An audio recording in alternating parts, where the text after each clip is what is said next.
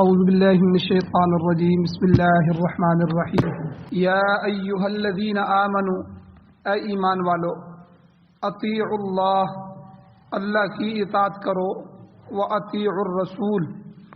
اور رسول کی اطاعت کرو واولی الامر منکم اور تم میں سے جو صاحب امر ہیں ان کی اطاعت کرو فَإِن تَنَازَعْتُمْ فِي شَيْءٍ پس اگر تم کسی چیز میں جھگڑ پڑو تمہارا کسی چیز میں جھگڑا ہو جائے تو فَرُدُّوهُ پس تم لوٹاؤ اس کو إِلَى اللَّهِ وَالرَّسُولِ اللہ کی طرف اور رسول کی طرف قرآن و سنت کی طرف تم اپنے جھگڑے کو لوٹاؤ ان کنتم تؤمنون باللہ اگر تم اللہ پر ایمان رکھتے ہو والیوم الآخر اور آخرت پر قیامت کے دن پر ایمان رکھتے ذالک خیر یہ بات بہتر ہے واحسن تأویلا اور بہت اچھی ہے انجام کے اعتبار سے سورۃ النساء سپارہ نمبر 5 آیت نمبر 59 آپ کے سامنے تلاوت ہوئی ہے۔ اس آیت کا ایک درس کل گزر چکا ہے۔ اللہ تعالیٰ نے ایمان والوں کو جو حکم دیا ہے قرآن مجید میں جتنی دفعہ بھی اللہ تعالیٰ نے یا ایھا الذین آمنوا فرمایا اس میں بالخصوص ایمان والوں کو حکم ہوتا ہے، اور اگرچہ وہ وہی حضور پر نازل ہوئی اور مخاطب اس وقت حضور اور حضور کے صحابہ تھے، لیکن پوری امت مخاطب ہے۔ قیامت تک آنے والا جو انسان ہے ان میں سے جتنے بھی ایمان والے ہوں گے، جو مسلمان ہوں گے،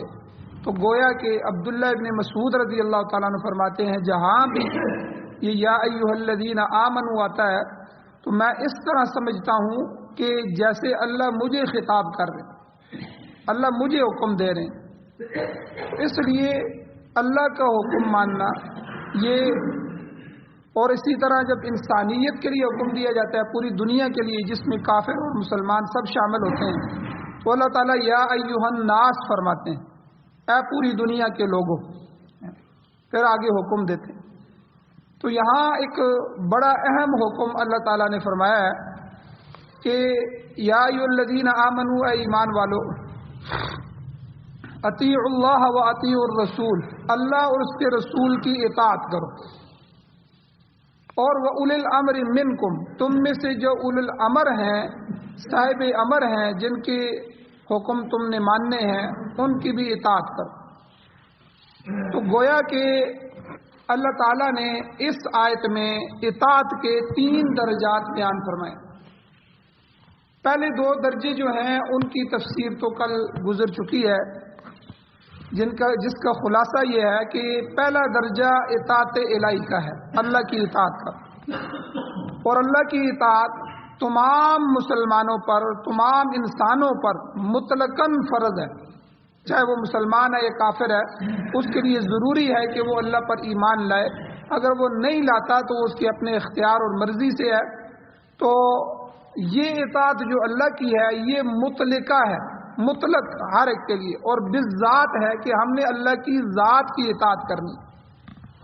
اس کی وجہ بھی میں نے کل بیان کی تھی، کیونکہ اللہ کی ذات کا ہمارے ساتھ جو تعلق ہے وہ خالق اور مخلوق کا ہے، مالک اور مملوک ہے۔ اللہ نے ہمیں تخلیق کیا، ہم اس کی مخلوق ہیں، پیغمبر اللہ کی مخلوق ہیں، ولی اللہ کی مخلوق ہیں، فرشتے اللہ کی مخلوق ہیں، پوری دنیا میں ہر ایک چیز اللہ کی مخلوق ہے، اللہ سب کا خالق۔ اور پھر اس کے بعد خالق ہونے کے بعد اللہ مالک بھی ہے، چیز بھی اسی کی ہے، ہمارا جسم اس کا ہے، ہماری جان اس کی ہے، ہماری اولاد اللہ کی دی ہوئی ہے، ہر چیز اس کی، وہ مالک ہے۔ مالک کو حق ہوتا ہے کہ وہ اپنی چیز کو توڑ دے، اپنی چیز کو بیچ دے، اپنی چیز کو جو مرضی کرے۔ تو اللہ تعالیٰ کو بھی ہماری ذات میں، ہمارے اولاد میں، ہماری ہر چیز میں تصرف کا حق ہے۔ اللہ جب چاہتے ہیں دے دیتے ہیں، جب چاہتے ہیں لے لیتے ہیں، اور نفع اور ضار جو ہے، نفع دینے والی اور تکلیف دینے والی، دکھ دینے والی جو ذات ہے وہ بھی اللہ کی ہے، اور کوئی جو ہے ایسی ہستی نہیں۔ اور دوسرا اللہ ہمارے اوپر مربی ہیں، اللہ ہماری تربیت کر رہے ہیں۔ الحمدللہ رب العالمین، تمام تعریفیں اس اللہ کے لیے جو تمام جہانوں کا رب ہے۔ تو رب کہتے ہی اسے ہیں جو تربیت کرتا ہے اور منزل بمنزل، لمحہ بلمحہ اس چیز کو اٹھا کر اللہ عروج تک پہنچاتے ہیں۔ ایک نازک سا بچہ وہ پیدا ہوتا ہے، اور پیدا ہونے سے پہلے جو اللہ کاریگری کرتے ہیں وہ بھی قرآن مجید میں ہے۔ کس طرح اللہ تعالیٰ نقشہ بناتے ہیں، کس طرح اس کے پھر اعضاء بنتے ہیں، کس طرح ہڈیاں گوشت بنتا ہے، اور پھر کس طرح اللہ روح ڈالتے ہیں، کس طرح اس کو تھوڑا تھوڑا بنا کے 9 مہینوں میں ماں کے پیٹ میں تکمیل تک پہنچاتے ہیں، پھر کس طرح وہ دنیا میں آتا ہے، اور پھر کس طرح اللہ تعالیٰ نے سب سے پہلے اس کی خوراک کا بندوبست کیا کہ ماں کی چھاتیوں میں اللہ تعالیٰ نے دودھ کی نہریں جاری کر دی، اللہ تعالیٰ اس کو خوراک دے رہے، اور پھر درجہ بدرجہ جب وہ لقمہ کھانے کے قابل ہوتا ہے تو پھر وہ لقمہ شروع کر دیتا ہے، پھر کرتے کرتے کرتے اللہ تعالیٰ اس کو جوانی تک، پھر جوانی سے اوپر، یعنی یہ رب اس کو کہتے ہیں کہ جو اس طرح منزل بمنزل ہر درجے میں اللہ تربیت کر رہے۔ تو اللہ ہمارے مربی بھی ہیں، پھر اللہ ہمارے محسن ہیں، اللہ کے بے شمار احسانات ہیں، تو لہٰذا اللہ کی اطاعت بہر صورت لازم ہے، ہر صورت میں اللہ کی اطاعت ضروری ہے۔ دوسرے نمبر پر اطاعت رسول تھی کہ اللہ کے نبی، اللہ کے پیغمبر جتنے بھی آئے ہیں ان کے بارے میں ہمارا یہ عقیدہ ہے کہ جس جس قوم پر جو جو نبی بھی آیا اللہ تعالیٰ نے اس قوم کی ہدایت کے لیے اس نبی کو بھیجا، اور اللہ نے اگر کسی نبی کو کتاب دی یا کسی نبی کو صحیفے عطا فرمائے تو یہ سارا کچھ اللہ تعالیٰ نے اس قوم کی ہدایت کے لیے، اور پیغمبر اور نبی جو ہیں یہ اللہ کے چنیدہ ہوتے ہیں، یہ منتخب لوگ ہوتے ہیں جو اللہ تعالیٰ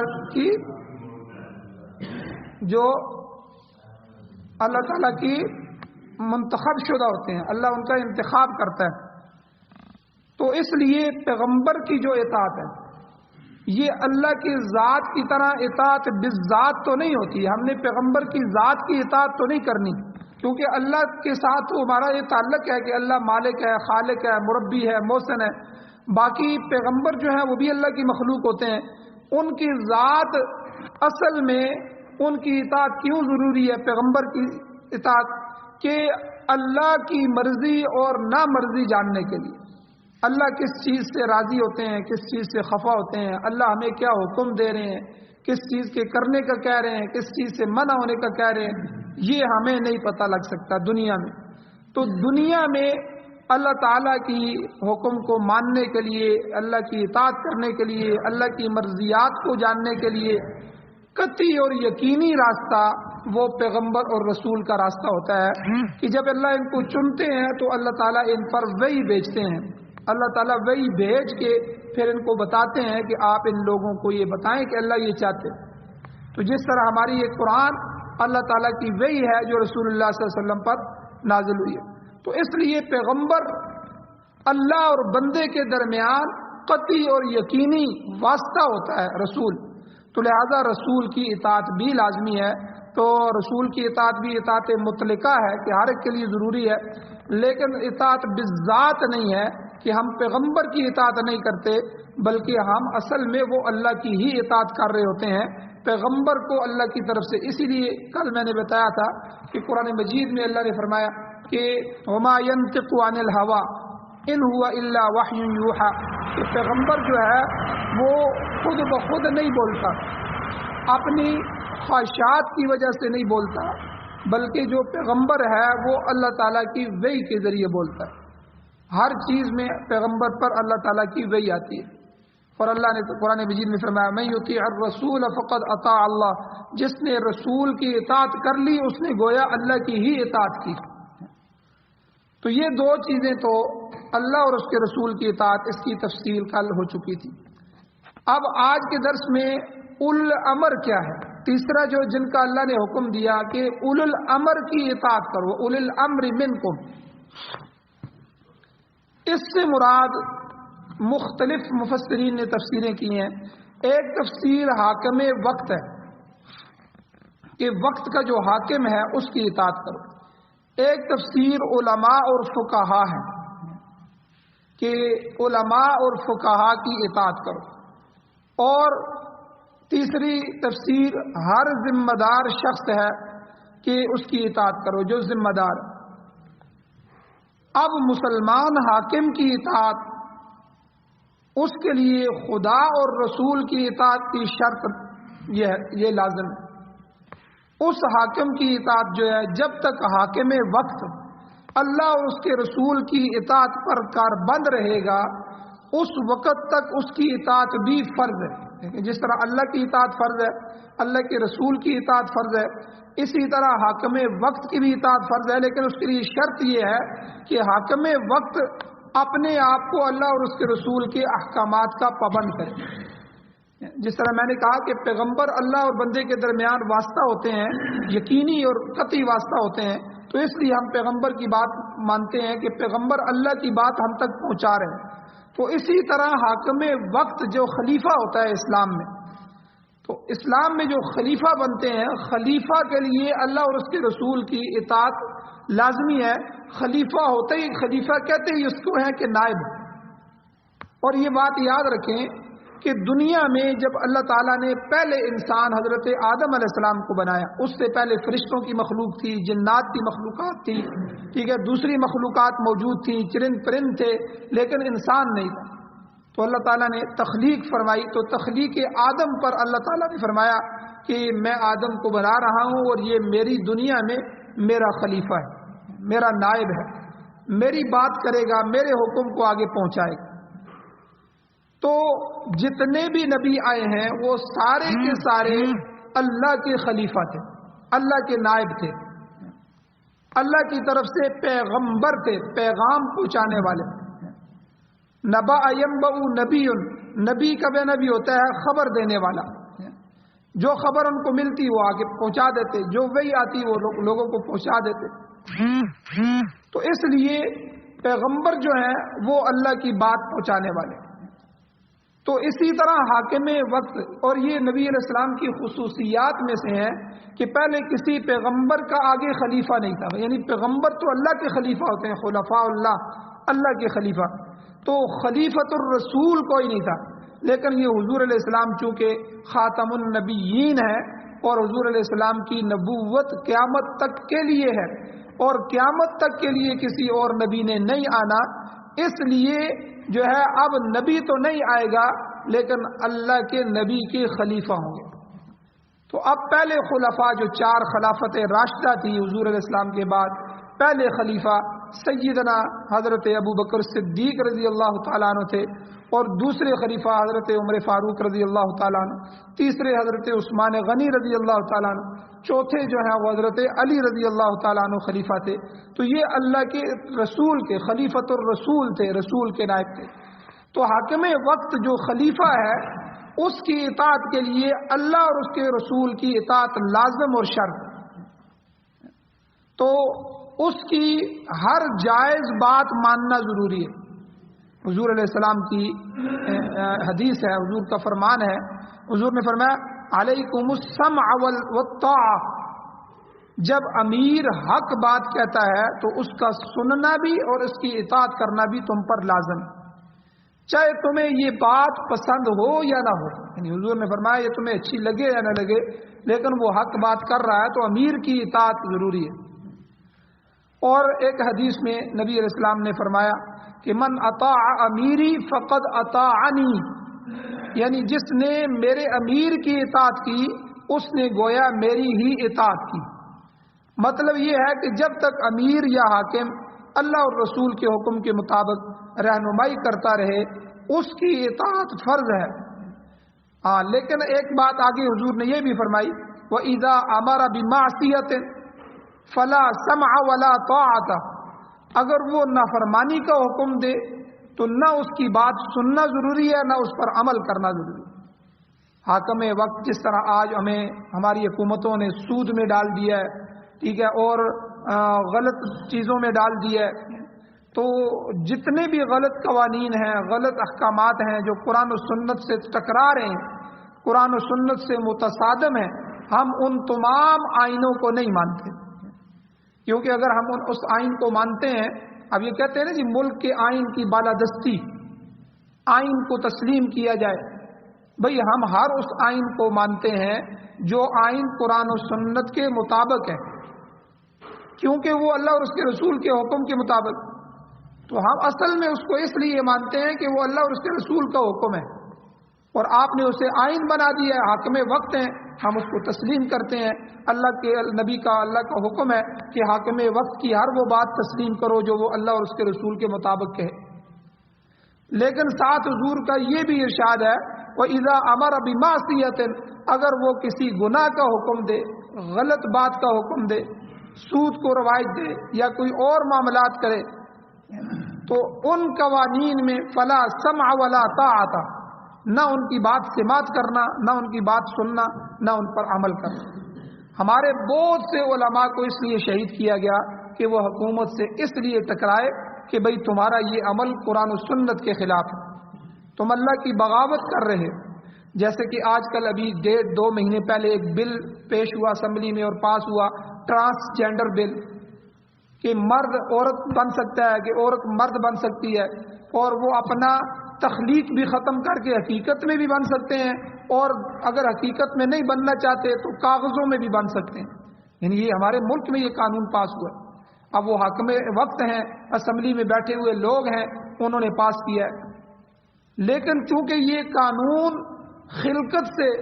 اور تخلیق سے اور فطرت سے ٹکرا رہا ہے اور دین اسلام سے ٹکرا رہا ہے، اللہ اور اس کے رسول کے حکم کی بغاوت ہے، اس لیے ہم چاہے یہ پاکستان کا آئین اور قانون کیوں نہ بن جائے، ہم اس آئین کو نہیں مانتے۔ اور یہی بات جب آپ کریں گے تو حکومت کی طرف سے آپ پر پرچہ یہ بنے گا کہ دیکھو یہ آئین کے باغی ہیں، یہ آئین کے مخالف ہیں۔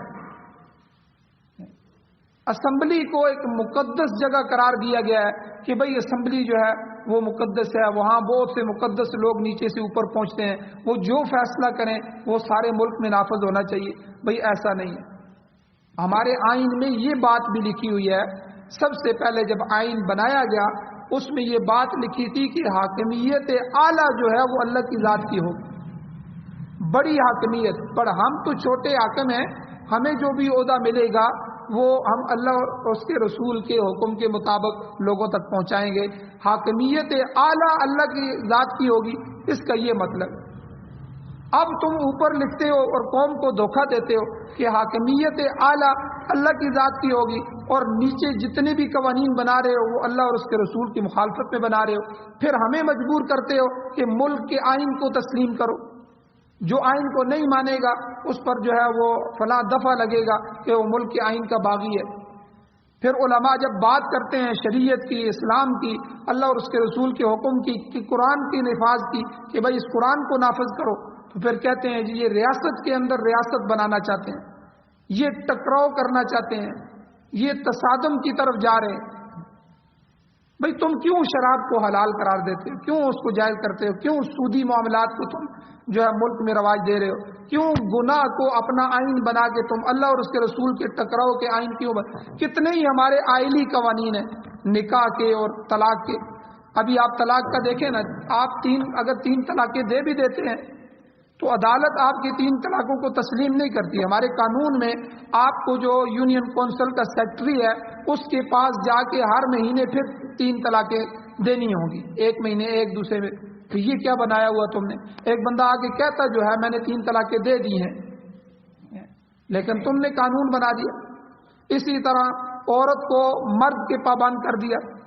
اور کئی معاملات میں آئلی قوانین ہیں، دیوانی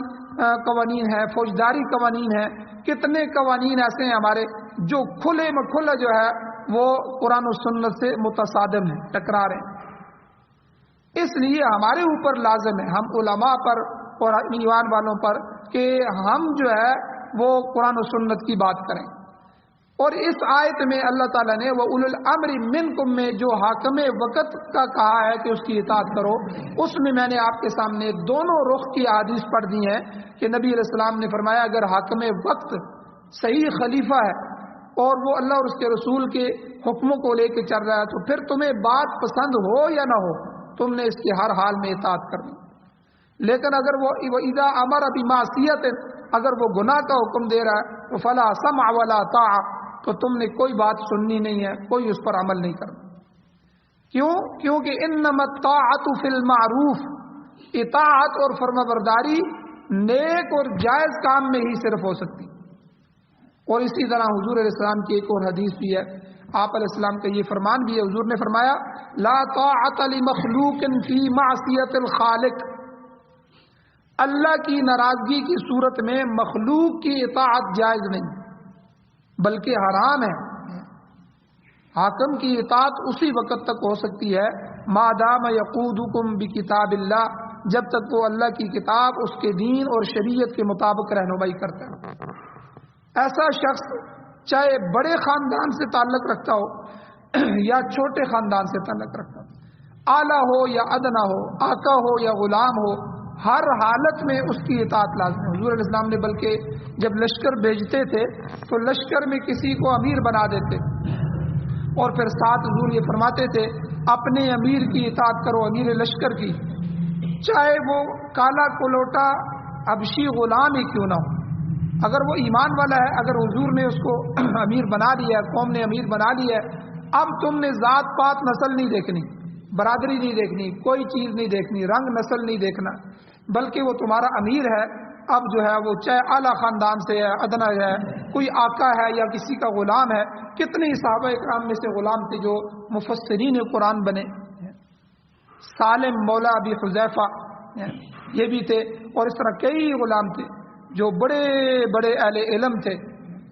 تو بہرحال کوئی بھی جو ہے وہ اللہ اور اس کے رسول کے حکم کو لے کر آپ کا امیر بن جاتا ہے، اس کی اطاعت لازم ہو جاتی ہے۔ آج کل سعودیہ میں، سعودی عرب میں بھی کہتے ہیں جی بادشاہ وقت کی بات کو مانو، اولو الامر ہیں جی، یہ اس آیت سے کہتے ہیں، یہ اولو الامر کی بات ہے جی، اولو الامر کی بات۔ اب وہ حدیثیں تو سناتے ہیں کہ جس نے اولو الامر کی اطاعت نہیں کی اس کا ٹھکانہ جہنم ہے، اولو الامر کی اطاعت فرض ہے، اولو الامر کے، لیکن یہ حدیث نہیں سناتے۔ اب سعودیہ میں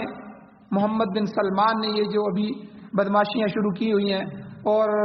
جو ہے شراب خانے کھول رہے ہیں، جوا خانے کھول رہے ہیں، اور اسی طرح سینمے کھول رہے ہیں، اور پتہ نہیں کیا کیا معاملات کر رہا ہے، تو اب جو جو علماء بولے ان کو انہوں نے جیلوں میں ڈالنا شروع کر دیا۔ چند ایک بولے ہیں، یہاں تک کہ جو بیت اللہ کا امام ہے وہ بھی نہیں بول سکتے، کیونکہ جب شکر الحمدللہ پاکستان، ہندوستان، بنگلہ دیش اور ان دو چار ممالک میں علماء آزاد ہیں، علماء اور مدارس کو چلانے والے عوام ہیں،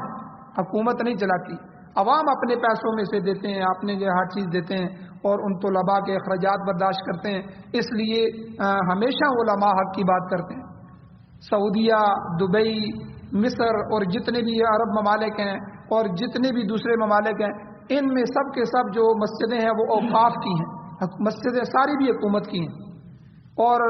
جو تنخواہ ملتی ہے وہ حکومت کی طرف سے ملتی ہے۔ آپ حکومت کے لکھے ہوئے خطبے کے علاوہ کوئی خطبہ نہیں پڑھ سکتے، ایک لائن بھی اپنی طرف سے اضافہ نہیں کر سکتے، اتنی پابندی ہے علماء پر۔ اب وہ بیت اللہ کے امام ہیں، وہ بھی اس پر بات نہیں کرتے، ان کا بھی کوئی بیان نہیں آیا۔ اب وہ روتے ہیں اپنی جگہ، جب دعا کرتے ہیں ان کی دعا آئی ہے، وہ رو رہے ہیں، لیکن اس طرح پتہ چلتا ہے کہ جیسے یہ جکڑے ہوئے۔ اب کئی علماء انہوں نے ہمت کی، وہ بولے اور اس پر تنقید کی، اب ان کو کیا کیس بنایا گیا کہ انہوں نے اولو الامر کی اطاعت نہیں کی، اولو الامر کی مخالفت کی۔ اس آیت کے ضمن میں بات سمجھا رہا ہوں، کیونکہ بادشاہ وقت، حاکم وقت، اولو الامر سے ٹکرانا یہ گویا کہ اللہ اور اس کے رسول سے ٹکرانا ہے، اس لیے اس کو پکڑو۔ تو اس لیے اس میں یہ بات ضروری سمجھی جائے، اولو الامر جو ہے، پہلے یا ایھا الذین آمنوا اطیعوا اللہ واطیعوا الرسول میں تو کوئی مسئلہ نہیں ہے، اللہ اور اس کے رسول کی اطاعت یہ اطاعت مطلقہ ہے، ہر ایک نے کرنی ہے۔ لیکن وہ اولو الامر منکم میں جو اللہ کے نبی نے قید لگائی ہے کہ حاکم وقت وہی جو ہے اسی کی اطاعت کی جائے گی جو اللہ اور اس کے رسول کو سامنے رکھ کے فیصلے کرے گا قرآن و سنت کے مطابق۔ اب شراب خانے تم کھول رہے ہو اور یہ کہتے ہو کہ ہم اولو الامر ہیں، جوا خانے تم کھول رہے ہو اور بالکل مکہ کے اندر اور بیت اللہ کے قریبی حصوں میں تم بنا رہے ہو ہر چیز، اور پھر تم کہتے ہو ہم اولو الامر ہیں۔ اور زنا خانے تم کھول رہے ہو، سینمے تم ہر شہر میں بنا رہے ہو، اور ان کے افتتاح کرنے کے لیے تم انڈیا کے اداکاروں کو اور ان کو بنا رہے ہو، مقدس سرزمین کو تم نے ناپاک کرنے کی کوشش کی، اور پھر تم کہتے ہو کہ ہمارے اوپر علماء قرآن و سنت کے مطابق تنقید بھی نہ کریں۔ تو بہرحال ابھی یہ کچھ ہفتے پہلے، 2-3 ہفتے پہلے ایک بیت اللہ کے امام تھے جنہوں نے جو ہے یا مسجد نبوی کے امام تھے، انہوں نے تنقید کی تھی، ان کو پکڑ کے اس وقت جیل میں ڈال دیا، ابھی ان کو پھانسی دے دی۔ تو بہرحال حاکم جو ہوتا ہے چونکہ ظاہری طور پر شریعت کا قانون نافذ کرنے کا ذمہ دار ہوتا ہے، اس کے پاس اقتدار کی امانت ہوتی ہے۔ یہ اقتدار جو ہوتا ہے، یہ حاکمیت، یہ وزارتیں، یہ امانت ہیں، یہ اس کے پاس امانت ہوتی ہے، لیکن اختیار بھی ہوتا ہے۔ لہذا کسی حاکم کا جھوٹ بولنا یا غداری کرنا یہ بہت بڑا جرم تصور ہوتا ہے۔ اللہ تعالیٰ نے اسے اختیار دیا ہے تو اس پر لازم ہے کہ وہ اپنی تفویض شدہ امانت کے مطابق شرعی احکام کو نافذ کرے۔ ایک تفسیر کی جو اولو الامر سے مراد حاکم وقت ہے، اس کی تفصیل ابھی گزر گئی ہے۔ دوسری علماء کی اطاعت، علماء اور فقہاء کی اطاعت، تو وہ اس وجہ سے ہوتی ہے کہ وہ حضرات جائز اور ناجائز امور کی نشاندہی کرتے ہیں، ان کے پاس علم کی امانت ہوتی ہے جسے وہ عوام تک پہنچاتے ہیں۔ تو اس ضمن میں یاد رکھیں، علماء جس طرح حاکم وقت اہل اللہ بھی ہوتے ہیں، اسی طرح حاکم وقت غلط بھی ہو سکتا ہے۔ تو علماء میں سے علماء حق اور علماء سو، علماء سو جو ہیں برے علماء، انہوں نے ہمیشہ غلط راستہ اختیار کیا،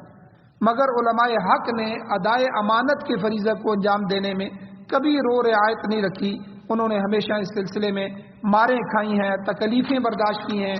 جیلیں کاٹی ہیں، مگر حق کا دامن نہیں چھوڑا۔ یہ جو 4 فقہاء ہیں نا،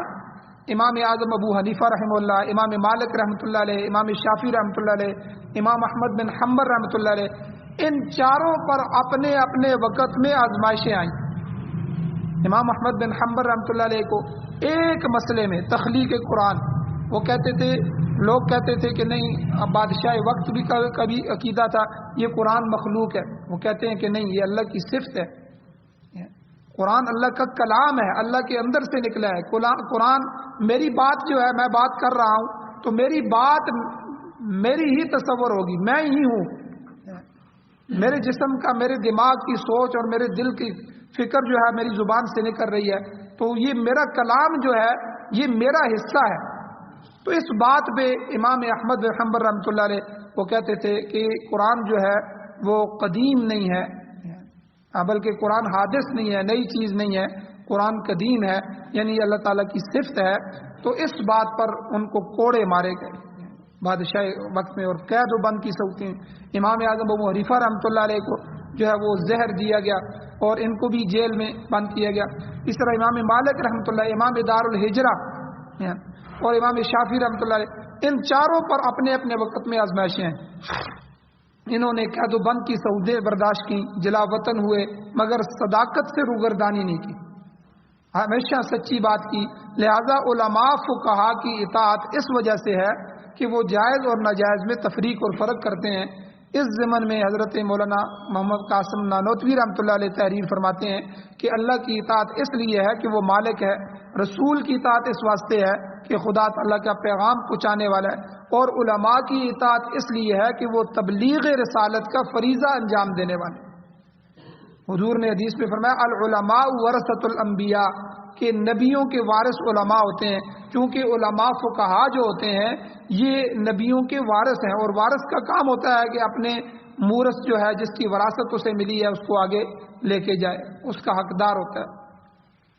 تو بہرحال یہ تیسری اطاعت جس میں حکام، فقہاء اور علماء آتے ہیں، یہ تیسری اطاعت مشروط ہے کہ اگر وہ اچھی بات کا حکم دے تو ان کی اطاعت کی جائے گی، اگر کوئی غلط بات بتائیں تو اسے تسلیم نہیں کیا جائے گا۔ چنانچہ علامہ قاضی ثناء اللہ پانی پتی رحمۃ اللہ علیہ فرماتے ہیں، اگر کوئی فقیہ ایسا فتویٰ دے یا ایسا مسئلہ بتائے جو قرآن و سنت کے خلاف ہے تو اس کی بات ماننا گناہ کا ارتکاب ہوگا، اور اگر مسئلہ کتاب و سنت کے مطابق ہے تو پھر اس کا ماننا ضروری ہوگا۔ تو یہ چاروں فقہا پر امت مطمئن ہے کہ یہ جو چاروں فقہا ہیں یہ چاروں کے چاروں اہل سنت والجماعت ہیں، ان کے عقائد حق ہیں، اور انہوں نے قرآن و سنت کو سامنے رکھ کر فقہ جو ہے ہمارے مسائل کو قرآن و سنت سے نکالا ہے۔ اس لیے ہم جو ہے امام اعظم ابو حنیفہ رحمۃ اللہ علیہ کے مقلد ہیں، ہم حنفی ہیں، ٹھیک ہے۔ اسی طرح کئی ممالک میں شوافع ہیں، اور سعودیہ اور ان علاقوں میں حنبلی ہیں، اور اسی طرح کئی علاقوں میں مالکی لوگ بھی ہیں، تو ان کی فقہ پر عمل ہوتا ہے۔ تو یہ چاروں کے چاروں فقہ جو ہیں یہ قرآن و سنت سے ماخوذ ہیں، تو یہ اہل سنت پر۔ باقی یہ جو ہمارے ملک میں آپ دیکھیں مرزائی ہیں، رافضی ہیں، اور اسی طرح یہ مرزا انجینئر ہے، اور اسی طرح کئی لوگ آگے ہیں، وہ قرآن و حدیث سامنے رکھتے ہیں لیکن اس کی غلط تشریح کرتے ہیں۔ اب قرآن و حدیث سامنے رکھ کے صحابہ کو گالیاں نکالی جا رہی ہیں، آپ دیکھیں امیر معاویہ رضی اللہ تعالیٰ عنہ پر لعن طعن کیا جا رہا ہے، اور ازواج مطہرات کو جو ہے وہ گالیاں نکالی جا رہی ہیں، ان کے اوپر کیچڑ اچھالا جا رہا ہے۔ تو ایسے لوگ بھی علماء سو بھی ایسی شکلوں میں آپ کو ملیں گے۔ تو بہرحال یہ جو چاروں فقہ ہیں تو ان میں سے فقہ حنفی میں مسئلہ معلوم کیا جائے اور اس پر عمل کر لیا جائے، آسانی کے ساتھ یہ مسئلہ حل ہو جاتا ہے۔ تو بہرحال اس وقت ہماری تقریباً 54-56 مسلمان حکومتیں ہیں، مگر ہر طرف آپ دیکھیں ملوکیت ہے، بادشاہت ہے، ڈکٹیٹرشپ ہے، کہیں سرمایہ دارانہ نظام چل رہا ہے، کہیں اشتراکیت ہے، کہیں مارشل لا لگے ہوئے ہیں، ٹھیک ہے، تو کئی طرح کے قانون ہیں۔ تو لیکن جب بھی کبھی شرعی قوانین کے نفاذ کی بات کی جاتی ہے تو ہیرا پھیری سے کام لیا جاتا ہے۔ اب علماء نے جب زور دیا پاکستان میں، بھئی جب 1947 میں آپ نے پاکستان بنا لیا، اس میں پاکستان کا مطلب کیا؟ لا الہ الا اللہ۔ اب لا الہ الا اللہ کو نافذ بھی کرو، قرآن و سنت کو نافذ کرو۔ اب ان پر جب دباؤ پڑا تو 1973 میں انہوں نے دوبارہ آئین بنا دیا کہ چلو جی آپ علماء مل کے بیٹھو اور آئین بناؤ۔ علماء نے آئین بنا دیا کہ بھئی یہ سارا قرآن و سنت ہے، اس کو نافذ کرو۔ اب پھر قوم کو دھوکہ دیا گیا، اچھا جی یہ تو نافذ کرنے کے لیے ہمیں کچھ عرصہ چاہیے، ہم ٹھیک ہے 5 سال کے بعد اس کو ہم نافذ کر دیں گے، تب تک ہم اس کے لیے ماحول بناتے ہیں۔ اب 1973 کدھر ہے اور آج تک پھر قوم کو دھوکے میں رکھا گیا۔ اب علماء کا پھر مطالبہ ہوتا ہے کہ بھئی وہ جو 73 کا مشترکہ آئین بنایا گیا تھا اس کو نافذ کرو، لیکن نہیں کرتے۔ اس کے بعد جو ہے وہ پھر سزا دیتے ہیں۔ جب بھی شرعی قوانین کی بات کی جاتی ہے تو ہیرا پھیری کرتے ہیں، طرح طرح کی رکاوٹیں کھڑی کی جاتی ہیں۔ تو بلکہ ہمارے ملک میں اس بات پر بحثیں ہو رہی ہیں کہ اسلام میں رجم بھی ہے کہ نہیں، سنساری، یہ جو سزائیں ہیں حدود اللہ، ان پر باتیں کی جا رہی ہیں۔ چور کا ہاتھ کاٹنا یہ قرآن کی سزا ہے، اسی طرح زانی کو سنسار کرنا یہ قرآن کی سزا ہے۔ اب ان پر بھی جو ہے وہ بحثیں کی جا رہی ہیں، یہ تو ظالمانہ سزائیں ہیں، حالانکہ یہ جملہ کافرانہ ہے،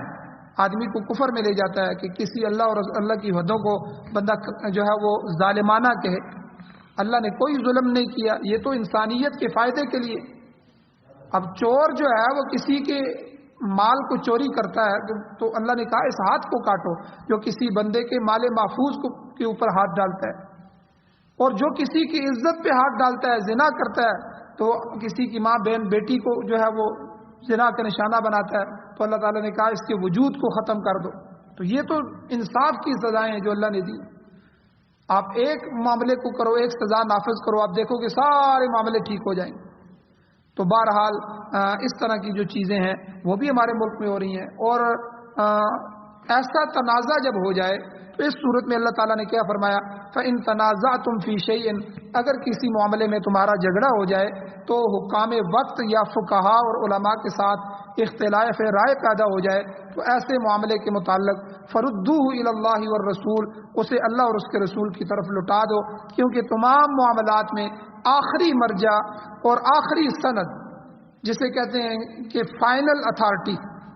یہ اللہ اور اس کے رسول ہے۔ حقیقت میں قطعی سند تو اللہ تعالیٰ کی ہے مگر رسول اس کی قطعی علامت ہے، اس لیے فرمایا متنازع اور جھگڑے والا معاملہ اللہ اور اس کے رسول یعنی کتاب اللہ اور سنت رسول اللہ صلی اللہ علیہ وسلم کے سامنے پیش کر کے حل کر۔ اگر یہ مسئلہ قرآن پاک یا سنت سے صراحتاً مل گیا تو ٹھیک ہے، اسے قبول کرو، وگرنہ اجتہاد اور استنباط کے لیے علماء اور فقہا کے سپرد کر دو۔ آج کل کی زبان میں پہلی صورت کو قانون کہتے ہیں، لا، اور دوسری صورت کو ضمنی قانون، بائی لاز، یعنی ضمنی قواعد کہتے ہیں۔ تو جب کوئی چیز قرآن و سنت سے صراحت مل گئی تو اس میں تو کوئی کسی قسم کی تغیر اور تبدل کی گنجائش نہیں ہوتی۔ البتہ اجتہاد کے ذریعے اخذ کیے گئے جو بائی لاز ہوتے ہیں وہ تبدیل بھی ہو سکتے ہیں۔ ایسے معاملات میں فقہا کے اختلاف کی گنجائش ہوتی ہے۔ تو یہ جو فقہا کا اختلاف ہوا ہے یہ بھی اسی وجہ سے ہوا ہے کہ انہوں نے قرآن و سنت سے اصول نکالے، پھر ان اصولوں پر جو ہے وہ مسئلے کو حل کیا۔ اب آخری بات اللہ تعالیٰ نے فرمایا تمہیں اللہ اور رسول کی بات کو ماننا ہی پڑے گا، اپنا سر تسلیم خم کرنا پڑے گا۔ ان کنتم تؤمنون باللہ والیوم الآخر، بشرطے کہ تم اللہ اور قیامت کے دن پر ایمان رکھتے ہو۔ اگر اللہ اور رسول کی اطاعت کو قبول کر لو گے تو یاد رکھو تمہاری خاندان، تمہارا معاشرہ بالکل درست ہو جائے گا، انصاف کا بول بالا ہوگا، کسی کا حق ضائع نہیں ہوگا۔ اگر اپنے معاملات دوسرے انسانوں کے سپرد کر دو گے تو پھر پورا نظام درم برم ہو جائے گا، زمین میں فساد برپا ہو جائے گا، کوئی کام درست طور پر انجام نہیں ہوگا۔ اس لیے فرمایا کہ اپنے تمام معاملات اللہ اور اس کے رسول کے تابع کر لو۔ قیامت میں فیصلے کا دار و مدار یہی چیزیں ہوں گی۔ اللہ یہی کہے گا کہ میرے قرآن اور میرے نبی کے فرمان کے مطابق تم نے کام کیا ہے کہ نہیں کیا۔ نجات آخرت کی اسی اصول پر ہوگی۔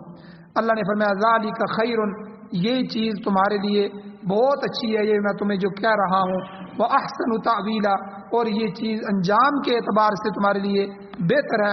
اس پر عمل پیرا رہو گے تو دنیا میں بھی سکون ہوگا، آخرت میں بھی کامیابی حاصل ہوگی۔ اگر ان اصولوں سے ہٹ جاؤ گے، انحراف کرو گے، نہ تمہارے لیے دنیا میں چین نصیب ہوگا نہ آخرت کی کامیابی ہوگی۔ آج دنیا میں جو ہمیں ٹھوکریں لگ رہی ہیں، ہم غلامی پر غلامی اختیار کر رہے ہیں اور قرضوں پر قرضوں کے اندر دسے جا رہے ہیں اور ذلت کا سامنا ہے، یہ سب قرآن و سنت کو چھوڑنے کی وجہ سے، اللہ اور اس کے رسول کو چھوڑنے کی وجہ سے۔ اللہ تعالیٰ سے دعا ہے اللہ ہمیں عمل کی توفیق عطا فرمائے، آمین۔ الحمدللہ رب العالمین والعاقبۃ للمتقین والصلاۃ والسلام علی رسولہ النبی الامی الکریم۔ یا اللہ ہماری کمیوں کو تائیوں کو معاف فرمائیے، درگزر فرمائیے، صغیرہ کبیرہ گناہوں کو معاف فرمائیے۔ یا اللہ قرآن و سنت اور فقہاء اکرام کی اطاعت کرنے کی توفیق عطا فرمائیے۔ یا اللہ ان قوانین کو پوری دنیا میں نافذ فرمائیے، قرآن و سنت کی حکومت نصیب فرمائیے، قرآن و سنت کی بالادستی نصیب فرمائیے۔ یا اللہ جو حضرات پریشان حال ہیں ان کی پریشانیوں کو دور فرمائیے۔ یا اللہ جو حضرات ایمان کی حالت سے اس دنیا سے جا چکے ہیں ان سب کی بخشش فرمائیے۔ یا اللہ ہم سب کی حاجتوں کو پورا فرمائیے، خاتمہ ایمان پر فرمائیے۔ صلی اللہ تعالی علی خیر خلقہ محمد وآلہ واصحابہ اجمعین برحمتک یا